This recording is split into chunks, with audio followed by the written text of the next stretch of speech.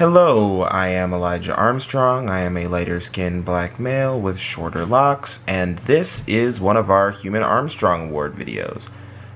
Heumann-Armstrong Award is an education award for students in the 6th grade and up, including all forms of higher education, who have experienced and fought against ableism in education. We select 6 winners a year, and each one of our winners receives a $1,000 monetary award and gets a video shot with them where they get the chance to tell their story. And this is one of those videos. So I am really happy to introduce you to Lauren Proby. On screen now are the logos for all 4 organizations: the American Association of People with Disabilities, the Quello Center, Equal Opportunities for Students, and Esquire Bank. On screen now is the logo for the Heumann-Armstrong Award and white text on a gray background that reads, "Present 2022-2023 Heumann-Armstrong Award winner Lauren Proby," illustrated by Access Gallery.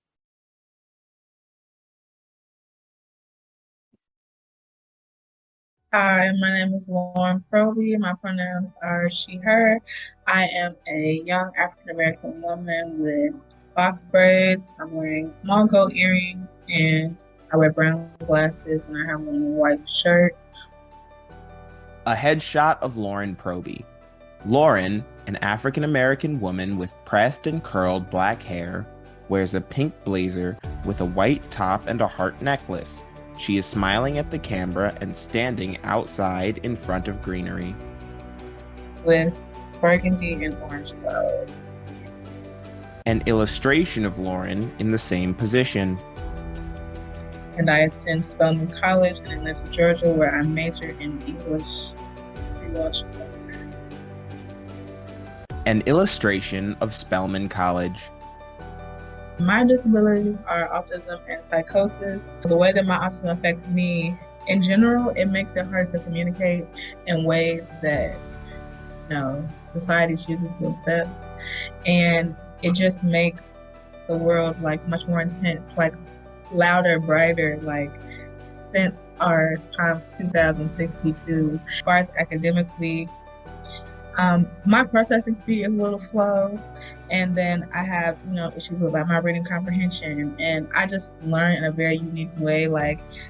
I can't be around people when I'm trying to do my work, or I have to read things many times. A lot of times I use a text-to-speech reader because I need to hear what I'm reading in order to process it. So I feel like I am learning how I learn, which makes it more helpful, but definitely it can be a lot sometimes. And then as for psychosis, it's sort of like psychosis is like an umbrella term. So it's like the spectrum psychiatric disorder, basically characterized by trouble staying present in reality. So you could experience hallucinations, which is experiencing things that's not actually present, or delusions, which is believing things that's not real. An illustration of Lauren experiencing psychosis. But the thing about psychosis is it's so stigmatized that it's hard to find support and information and accurate representation about it, which is challenging as that translates to the school and college environment, because sometimes I feel like I have to hide or not be able to be myself. And both of my disabilities, it makes college hard, but not impossible. I think it's about learning myself, and it's about taking things one step at a time, and not comparing myself to people, because everybody's on their own journey. Everybody has their own things going on, and sometimes I can't do what everybody else does, but sometimes everybody else can't do what I do. That's okay. So honestly, I don't enjoy college right now, but I really love to learn. So I love the education I receive at college, but the social aspect of it is really what makes it so taxing and difficult. And you can't have one without the other. College is not just about coming to school, going to classes. That's why you live here. That's why it's a residential campus. So it's a lot. And it's difficult to socialize, to communicate with other people, and to be understood in the process. And then also, people do a thing where it's like, oh, you don't act this. You don't seem like you have these issues. So that just turns me off too, because it's like, well, I can't explain myself if you're just saying that I'm not it. So I don't know, it's complicated. But then my extracurriculars at school, I'm in the honors program.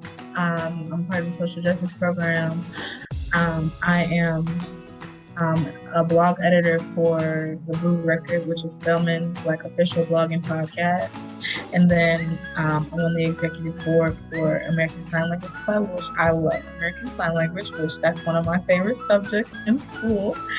And yeah, ASL is such a helpful skill that more people should teach, because sometimes when I can't communicate because of my disabilities, or even if I wasn't disabled, ASL is such a useful tool. An illustration of Lauren doing ASL. I've loved my professors at Spelman so far. They've definitely been very supportive and accommodating of me, and just kind, which has really helped my school experience so far, especially transitioning from special education to the collegiate environment, having nice professors, kind professors that really want to help you and want to see you succeed. That's been great. An illustration of Lauren being supported by professors. Yeah, and then as far as Spelman, how Spelman is, so for people that don't know, Spelman is an all-women's historically Black college. So it's HBCU, like most HBCUs are. It's located in the South. Spelman is a special place. It's a very unique place. It's one of 2 all-women's HBCUs in the country, so it's very special. But I love being surrounded by Black women. That's definitely my favorite part of Spelman, because I feel like I don't have to explain myself as much for being a Black woman. I think you add other identities to it, that's when it's a lot. But as far as how people see me externally, it's I don't have to explain things, and I have company, I have people that understand, but it has its flaws. Lauren in a group of Black women. It's definitely very competitive, because it is the top HBCU in the country, so that brings a lot of competition. And then it's this big thing with the Spelman sisterhood and your Spelman sisters, and that doesn't find you. You have to find it or create it. So as someone that has trouble sometimes, going out and getting out of my shell with socializing and things like that, that can be a challenge, but it's definitely doable. That in high school, I experienced ableism in the most blatant sense. So I was placed in special education. They said, Lauren needs an IEP. She needs, services. And with my IEP, they just didn't even give me a chance. They just were okay, we think she would be best being at therapeutic day schools, which are schools outside of the public school system. They're outside of the public school system for students with disabilities, usually age 3 to 22, 21, 22. Usually, most people there have emotional disabilities or autism, Down syndrome, stuff like that. And they never gave me an opportunity to see if I could do public school. And even when I had my IEP, they never were okay, maybe Lauren can have an A and still be attached to our school. But once they put me out, I was done. Lauren being kicked out of the public school system. They made it so much more difficult for me to come back into public school. And the reason why I wanted to come back into public school is because the education that I received there was so much just richer. It was just much more opportunities. Counselors talked about college, people talked about college.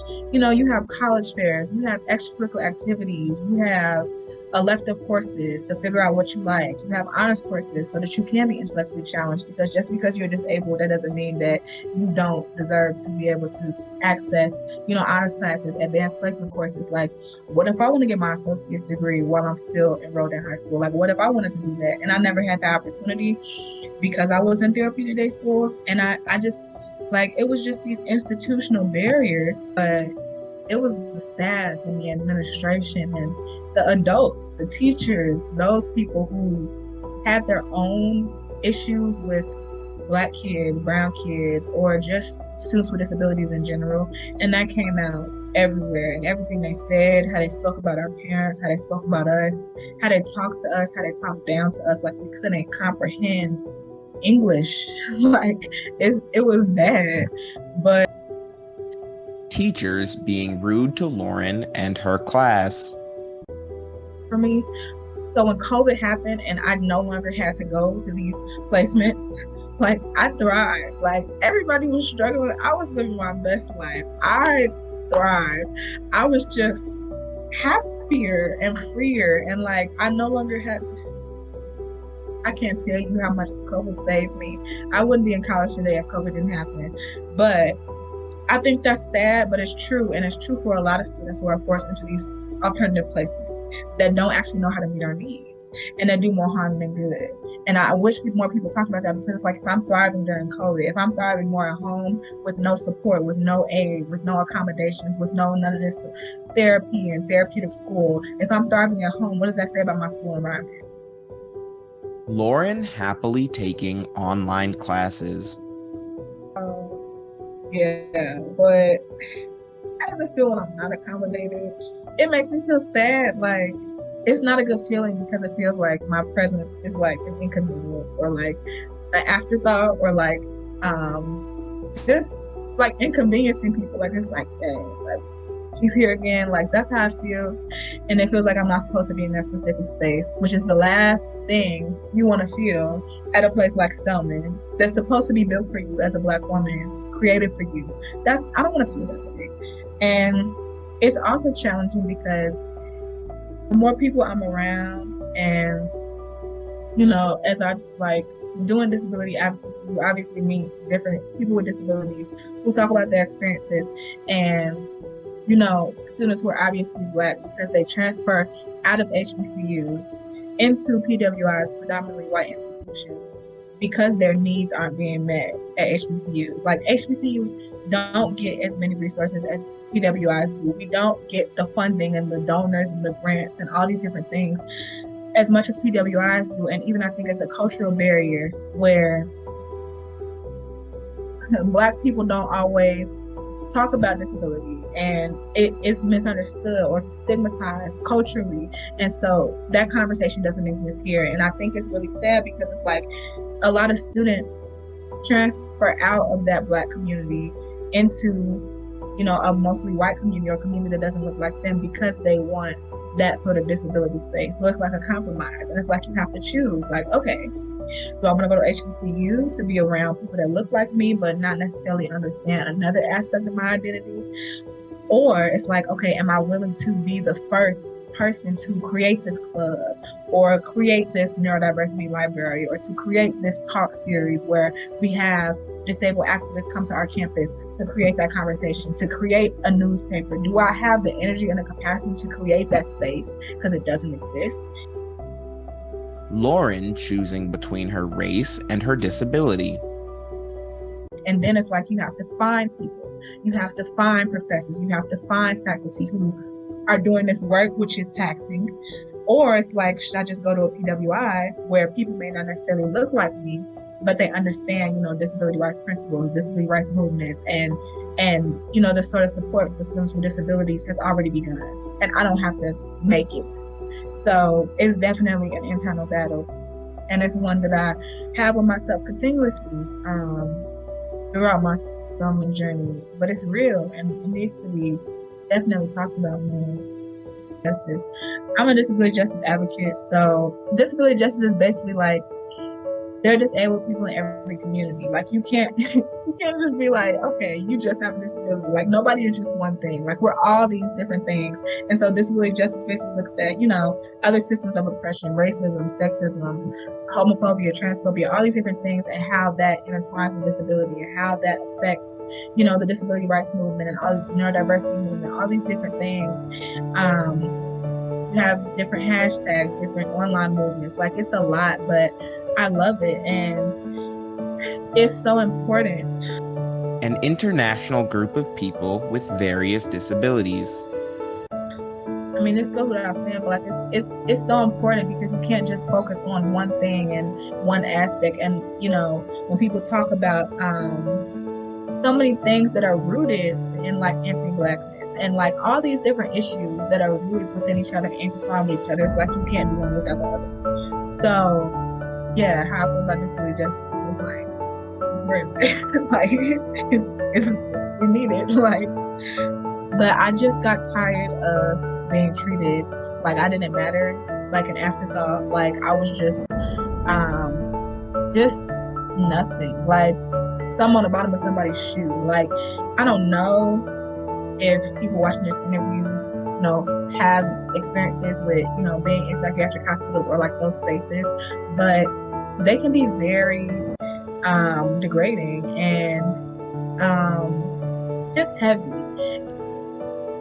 An intimidating psychiatric hospital.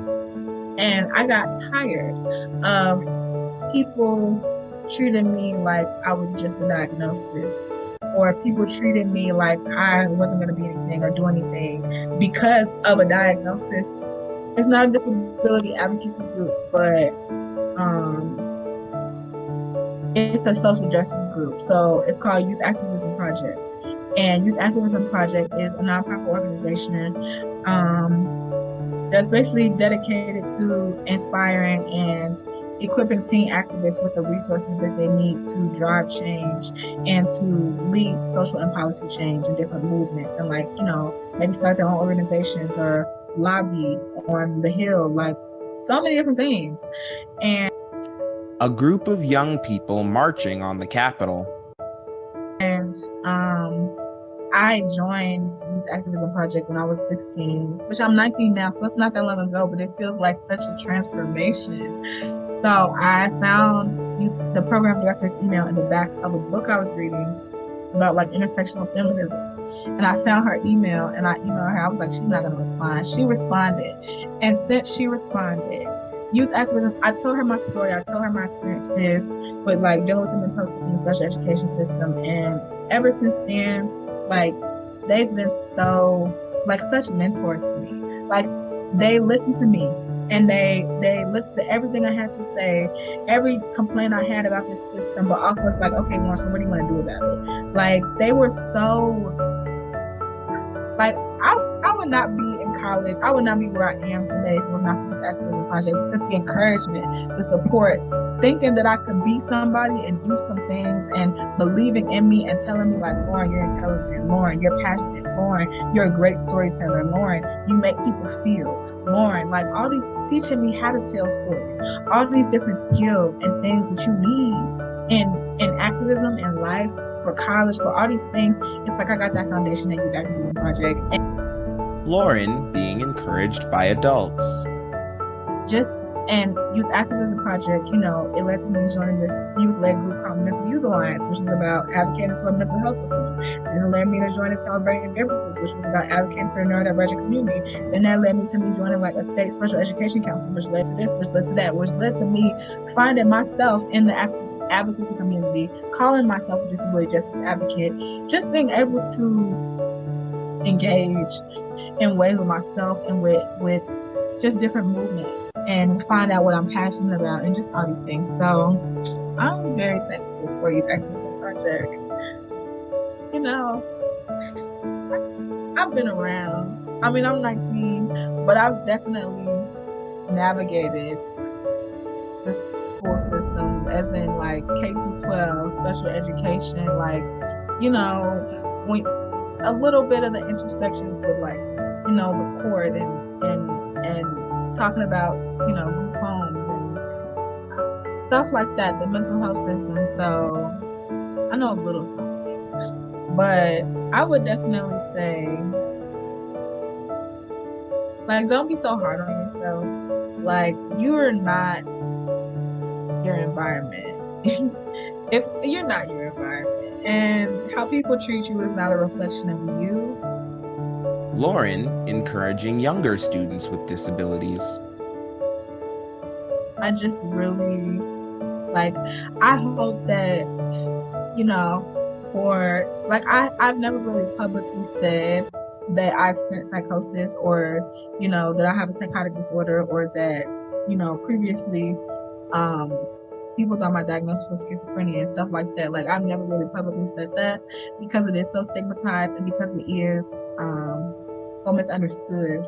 But I'm glad I did because I don't know who's gonna watch this interview and I don't want people to feel like there's nobody like me out there, or, you know, people don't understand, or, you know, I can't go to college, or I'll never get out of this system, or whatever.